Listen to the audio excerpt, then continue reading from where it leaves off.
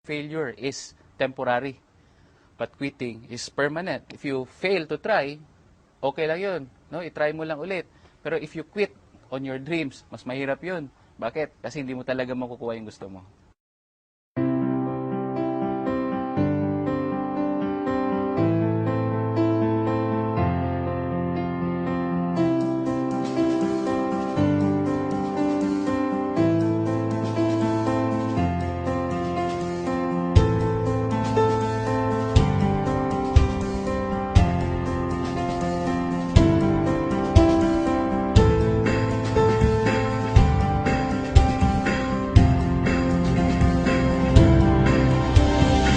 Dati ako nagtatrabaho sa isang farming industry. Job description ko talaga is tigasagot ng telephone, tig-dispatch sa mga biyahe sa truck, tig-kolekta og kwarta nila, tig-ihap og kwarta nila, tig-deposito og kwarta nila, tig-buhat og payroll, tig-check up sa mga logistics in and out. Profits are better than wages. Wages will make you a living, but profits can make you a fortune. It is a bit difficult to get rich on wages, but anybody can get rich on profit. So that day, naisip ko na magnegosyo na lang kaya ako. Pero paano? Nadunggan ako ni dati ang B-Mobile sa una pag yun kayo. Tuwing nasa jeep ako, B-Mobile pag pinag-uusapan. Naglalakad ako, B-Mobile na naman. Tuwing nasa ibang office, B-Mobile. I used to be a regular employee for a US-based company. Bale, computer programmer nila ako. So, although maganda naman yung trabaho, maganda yung pay, pero nasa-sacrifice yung social life ko. So, wala na akong time for my family. And at the same time, so malaki rin yung sacrifice ko sa health ko. A friend told me, sabi niya sa akin, Paul, meron akong magandang business na nakita. Baka gusto mo ring tingnan. So, sumama lang ako sa kanya. And then, dinala niya ako nun sa Jollibee yung dati. And pinakinggan ko lang rin yung business presentation. Before ako na-introduce sa B-Mobile, I am financial consultant ng isang British financial company dito sa operating sa Pilipinas. Grabe ang gamit ko ng cellphone as well as lagi ako nag-travel. Ang B-Mobile daw is hindi nagabenta, magkaka-discount daw ako sa cellphone usage ko. So, doon pa lang sabi ko, maganda yan. Magiging savings ko na yun para sa aking family. Later ko nalaman na meron pala siyang kasamang business. Hindi ko in-expect na malaki pala yung bigay sa akin na nagiging secondary income ko na siya. And significant yung secondary income na yan. Hindi lang yung maliliit na amount. Ang possibilities din nga nakita na ko, nga naagib ko yung padulungan, yung asenso ko para sa ko ang sariling na negosyo diri sa B-Mobile. Unlike kung maging empleyado ko. Kung dati gumigising ako sa umaga para mag-report sa office, si boss naman, nakikita ko pagdating ko sa office, yun, nagja-jogging sa kanilang compound. Sabi ko, napaka-unfair naman ang ito. Nag-e-exercise tuwing umaga. Ngayon, sa awa ng Diyos, gumigising pa rin ako ng umaga, but this time, katulad na din ako ni boss, ang manager, nagja-jogging din tuwing umaga. At the best part is, I'm earning without reporting to the office. Before, I was very negative sa mga ganitong klase ng negosyo kasi ayaw na ayaw ko yung magbenta and yung kumausap ng mga tao. So nakita ko yung opportunity, sabi ko maganda to kasi hindi mo kailangan magbenta and hindi mo kailangan mag-recruit or pumilit ng tao kasi yung product ginagamit na nila dati pa. So it took me 3 months bago ako talagang nag-subscribe kasi I realized na I am not from Davao City, I'm a stranger. Yun nga, wala akong mga kilala.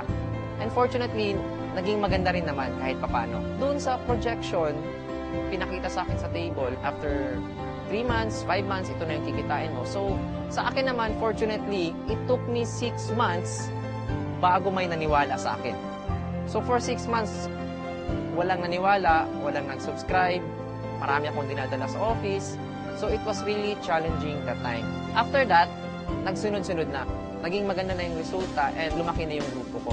Dati po akong manager sa isang kumpanya. Sales rin po yung trabaho ko. I was looking forward to have my own business. So, habang naghahanap ako ng mga kliyente ko, I dropped into B-Mobile. Eh, nagulat ako sa resulta niya kasi in a span of 8 months time, kumita siya ng mga 7 million pesos.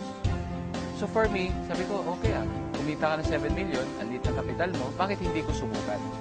Pero one thing was holding me back kasi ayoko sa mga ganitong business before eh. Naisip ko, pag ganito, kailangan mo magbenta, kailangan mo mamili ng tao, kailangan mo mag-recruit. So, medyo naging hesitant ako. Buti na lang, yung sinabi niya sa akin na hindi mo kailangan magbenta ng load, hindi mo kailangan mag-recruit ng tao, pero kikita ka ng malaki. The very reason why I kept on going despite the challenges is because unang-una, when I saw B-Mobile, I saw na malaki yung potential niya, na kumita ka, yes. And pangalawa, naisip ko, marami akong pwedeng matulungan sa negosyo na to. So, unang-una, pwede kong tulungan yung sarili ko, pwede kong tulungan yung family ko, pwede kong tulungan yung mga friends ko na medyo less fortunate. So, sabi ko kasi, with a very little capital, pwede na silang magkaroon ng sarili nilang negosyo. Yung mga kaibigan ko, yun pa yung humihindi. Yung mga kamag-anak ko, tinatawanan pa nila yung ginagawa ko kasi parang isip nila, parang baduig, no? Pero sabi ko, kahit anong tawa nila sa akin, kahit hindi sila naniniwala sa akin, okay naman. Kasi alam ko yung rason ko bakit ko gusto mag-B-Mobile.